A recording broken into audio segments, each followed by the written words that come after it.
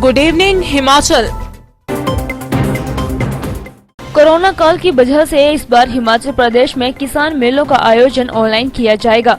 इसके लिए विभागीय स्तर पर योजना का खाका तैयार किया जा रहा है।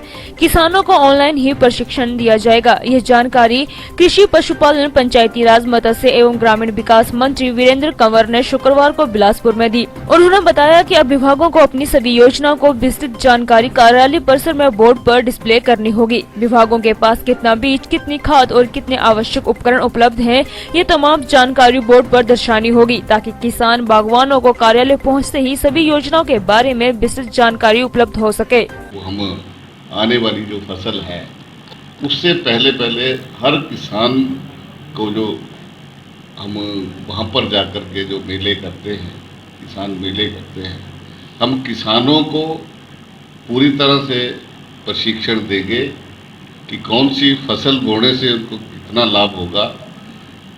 और फिर मैंने ये कहा है कि हमारे पास क्या सुविधा उपलब्ध है, हमारी क्या योजनाएं हैं, इसको प्रॉपर हमारे विभाग डिस्प्ले करेंगे अपने ऑफिसर्स के आगे।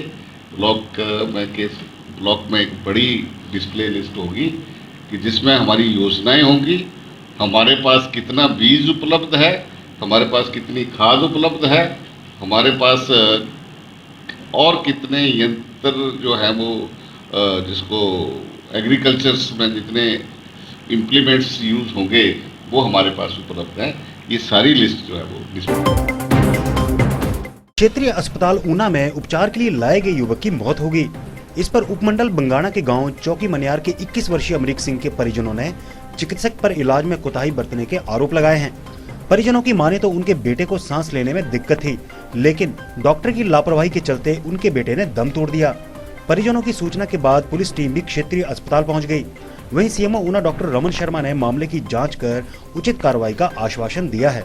परिजनों का आरोप है कि चिकित्सकों ने अमरीक सिंह को ड्रिप लगाई और इंजेक्शन लगाया, जिसके बाद उनका बेटा आंखें ही नहीं खोल पाया। वो जो युवक यहाँ पे एडमिट किया है, मेरी एसएमओ से अभी बात हुई है। उसकी ट्रीटमेंट जो है मेडिकल स्पेशलिस्ट के थ्रू हुई है। इमरजेंसी में देखा गया, उसके बाद मेडिकल स्पेशलिस्ट जो है उन्होंने इसको एडमिट किया और ट्रीटमेंट स्टार्ट करके वार्ड में शिफ्ट किया। पेशेंट काफ़ी सिक था, तो डेथ के कारणों का पता लगाया जाएगा, इंक्वायरी की जाएगी।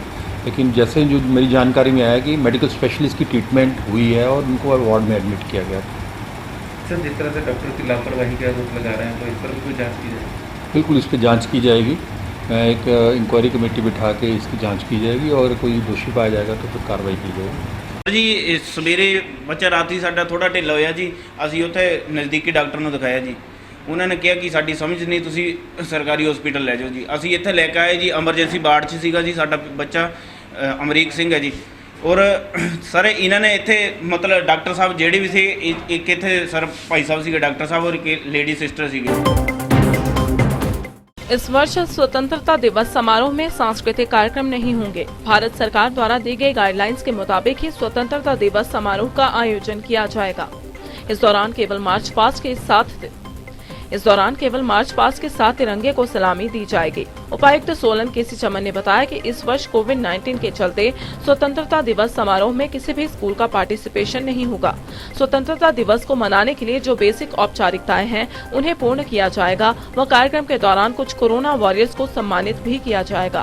कार्यक्रम के दौरान सोशल डिस्टेंसिंग का भी पूरा ध्यान रखा जाएगा। अगस्त के लिए तो यह कि जो भारत सरकार की जो एमएचए की गाइडलाइंस है, इसमें कोई सांस्कृतिक कार्यक्रम नहीं होंगे, कोई स्कूल बच्चों का पार्टिसिपेशन नहीं होगा। और हमने मीटिंग की जो मुख्यता जो विभाग के मुख्य अधिकारी उपस्थित रहेंगे और मार्च पास्ट रहेगा। इसके अलावा और जो दूसरी बेसिक औपचारिकता है उसको मनाने की, उसको पूरा किया जाएगा। और कुछ कोरोना वॉरियर्स हैं उनको हम सम्मानित करेंगे और उसके बाद इसको समापन किया जाएगा। सोशल डिस्टेंसिंग का पूरा रखना पड़ेगा, पूरा इसको ध्यान रखेंगे और पूरा एरिया को सैनिटाइज करेंगे।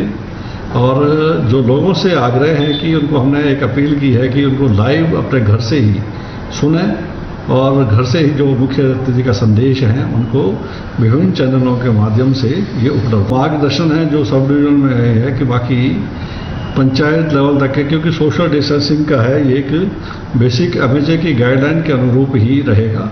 इसमें किसी प्रकार का भीड़ भाड़ नहीं रहेगी और कुछ नहीं रहेगा। इस तरह से मुख्यालय तक पर इसको मनाया जा रहा है।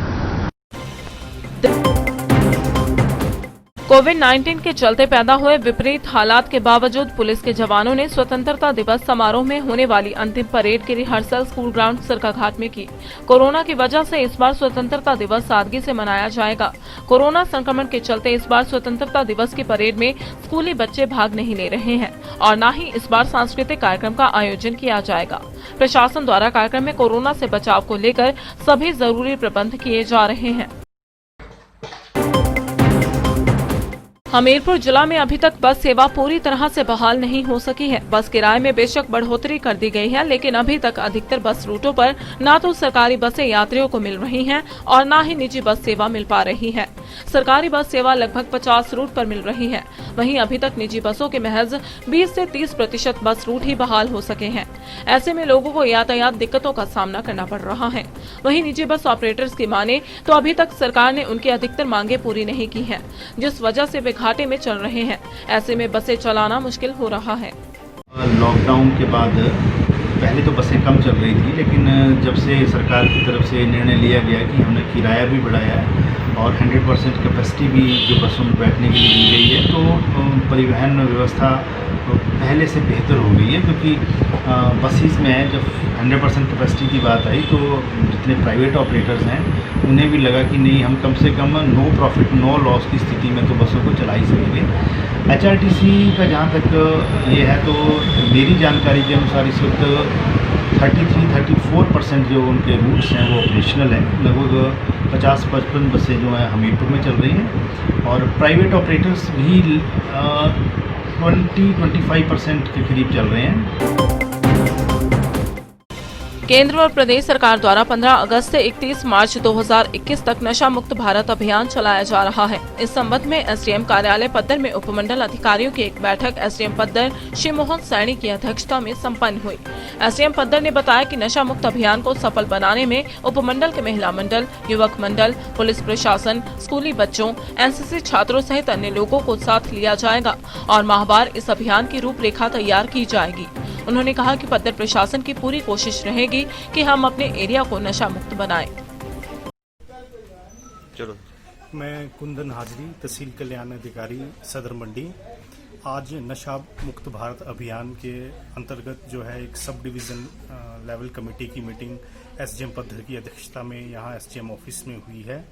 इस मीटिंग में जो 15 अगस्त से नशा मुक्त भारत अभियान लॉन्च किया जाना है पद्दर सब डिवीजन में, उसके बारे में विस्तृत चर्चा एसडीएम साहब की अध्यक्षता में हुई और इसकी पूरी रूपरेखा जो है इस कैंपेन की आज जो है फाइनलाइज की गई है और 15 अगस्त से इसका जो है पद्दर सब डिवीजन में नशा मुक्त भारत अभियान का कैंपेन लॉन्च किया जा रहा है। नशा मुक्त भारत अभियान की जो शुरुआत है वो 15 अगस्त को इसको लॉन्च किया जाना है और ये 31 मार्च 2021 तक चलेगा और इसमें जो है युवा पीढ़ी को नशे से दूर रखने के लिए अनेक अवेयरनेस प्रोग्राम्स जो है वो माहवार चलाए जाएंगे। इन सब के बारे में आज विस्तृत चर्चा जो है सभी लाइन डिपार्टमेंट्स के साथ की गई है और जो है हमारी पूरी कोशिश पद्दर प्रशासन की पूरी कोशिश रहेगी कि पद्दर को विशेषकर हमारे एरिया को हम जो है नशा मुक्त बना सके, नशे को पूर्णतः जो है वो यहाँ से हम खत्म